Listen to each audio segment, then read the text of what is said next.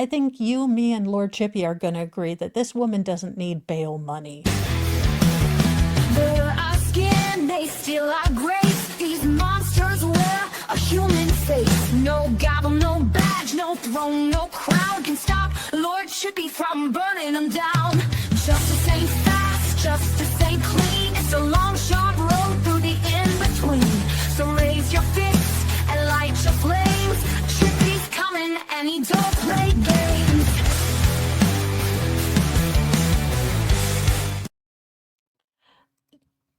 A Georgia daycare worker who allegedly beat a 1-year-old boy black and blue and bloody was released on bail. Again, Georgia, what the hell, dudes? Like, serious. Honestly, I'm gonna need you to come to the front of the classroom and explain or rate yourself, because this makes no GD sense. A daycare worker in Georgia who was charged last month for the alleged beating, and I do mean beating, of a 1-year-old until his face was black and blue, was released after posting bail, as the judge who released her received a firestorm of angry comments. Yvette Thurston, 54, was let go on a $44,000 bond on August 16th after she was charged with 3 counts of first-degree CA and 1 count of first-degree aggravated battery. Now, Chief Magistrate Anne Marie Rose Edmonds, the judge overseeing Thurston's case, was subjected to death threats allegedly after granting the alleged abuser bond. This is what she did to a baby. I kind of don't care that I don't think she needs to be out anywhere. Allegedly. She still has the presumption of innocence, but we don't have to assume that she's going to be safe around anyone. She should still be in jail. Now, District Attorney Joe Mulholland, who is with the South Georgia Circuit, was quick to come to Rose Edmonds' defense and condemn the threats of violence against her. Our office will not tolerate the abuse of children in our community who are entrusted to those for their safety while their parents are working to make a living. Likewise, we will not tolerate threats against our judges who are carrying out their sworn duty under the laws of the state of Georgia, he wrote in a statement. Any individual who seeks to undermine the safety of our children or the integrity of our judicial system by making threats will be dealt with swiftly and harshly, or get bail, I guess, because, this judge is whatever. I'm sure threats against her, and don't threaten judges. Like, I don't know if you need to hear this, but don't threaten judges. That's the most moronic take you could have given this situation. So if you needed to hear this, don't threaten people. It's stupid. That being said, 2 wrongs don't make a right, and this heifer deserves to be in jail. The rule of law is the foundation of our community. Our judges deserve to perform their duties without fear of safety, Mulholland continued.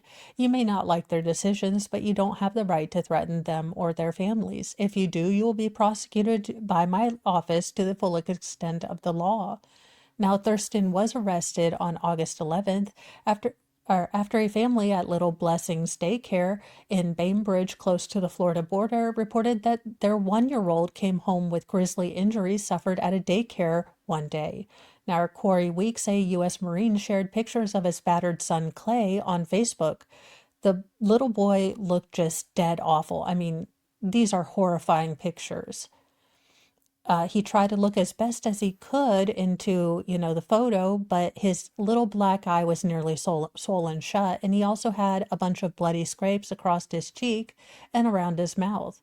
Now, Weeks said he had originally been told that another toddler had smacked Clay with a plastic toy, but surveillance footage he and his wife later tracked down showed Thurston allegedly walloping their son.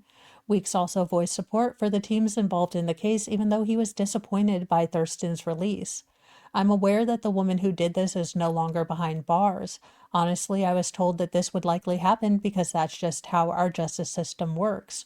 Of course, my wife and I do not agree with this, but we don't get to ultimately make that decision. It's important that we allow the investigators and the legal system to thoroughly complete their responsibilities to achieve the result we all want, he wrote on Facebook.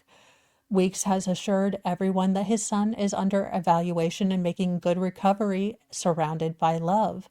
The family's other son, 3-year-old Wyatt, also attended that particular church daycare but was uninjured. Now, the daycare staff itself was swiftly issued with an emergency closure by the Georgia Department of Early Care and Learning, while an investigation into what led up to Clay's injuries was ongoing.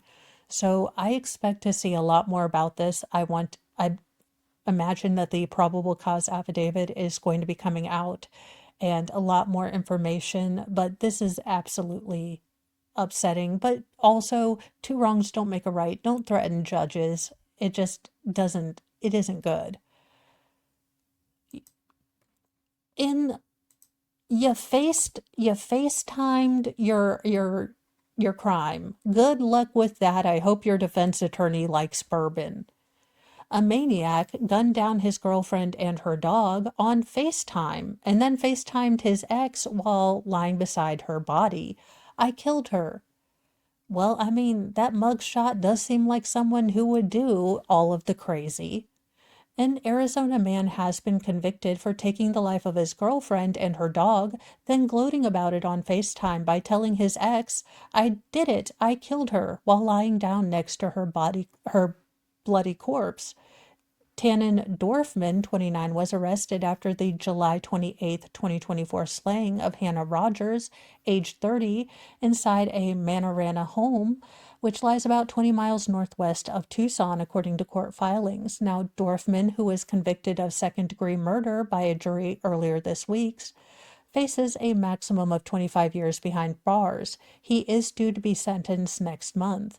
Now, during the call, Dorfman allegedly showed himself lying in the bed next to Roger's bloody body, investigators said. He had told his ex that he shot his girlfriend and that her dog was no longer alive, too. Now, the ex took screenshots and rushed them to police, setting off a frantic overnight standoff with officers and the Pima County SWAT team.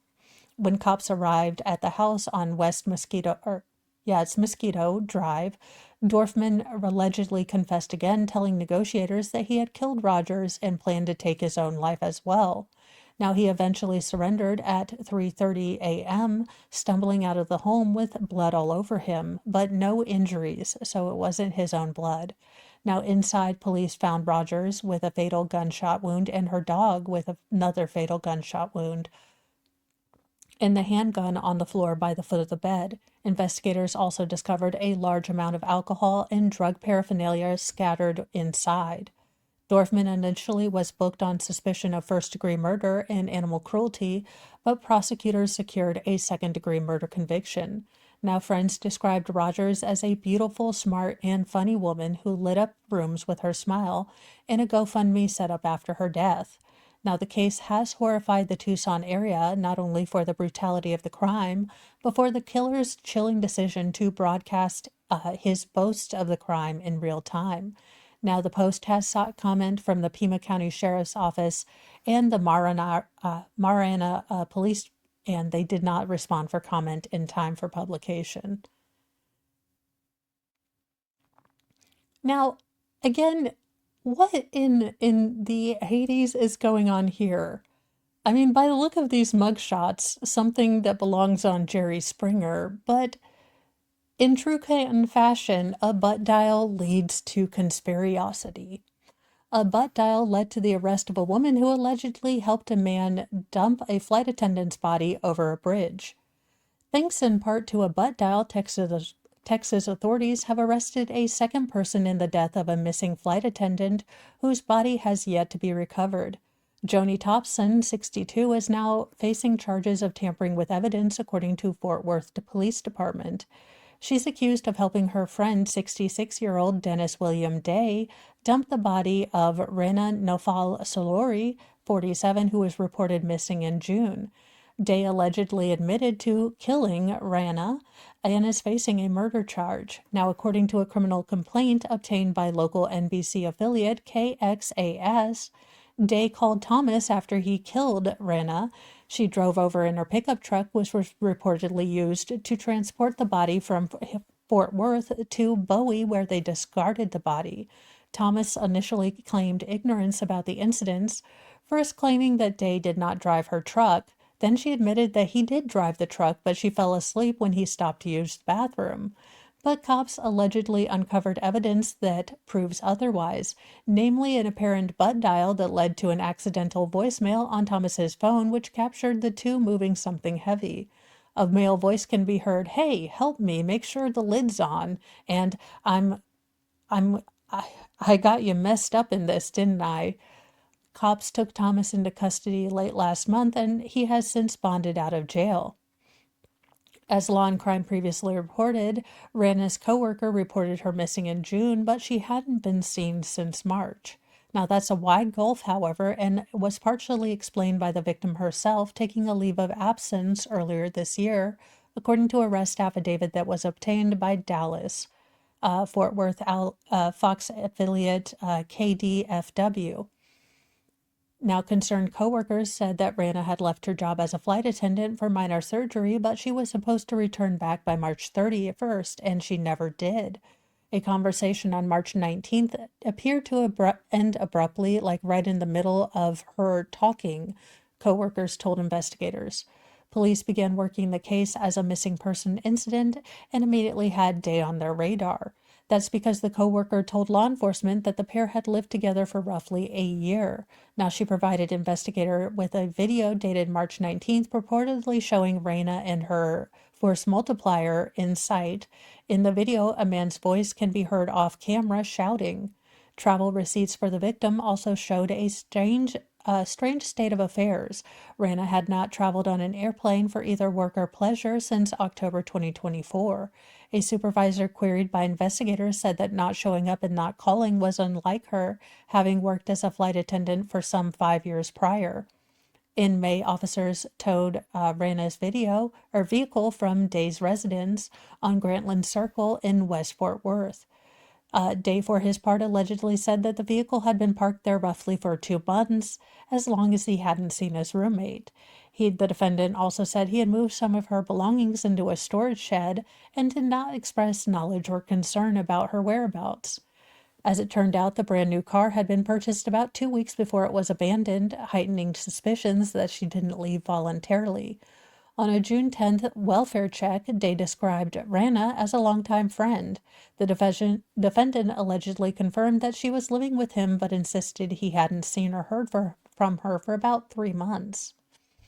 Now, on July 18th, police executed a search warrant on Rana's cell phone. The last call that she made was on March 21st at 3:43 p.m. Her final cellular phone ping was around 3:52 p.m. when she was roughly 5 miles east of her home.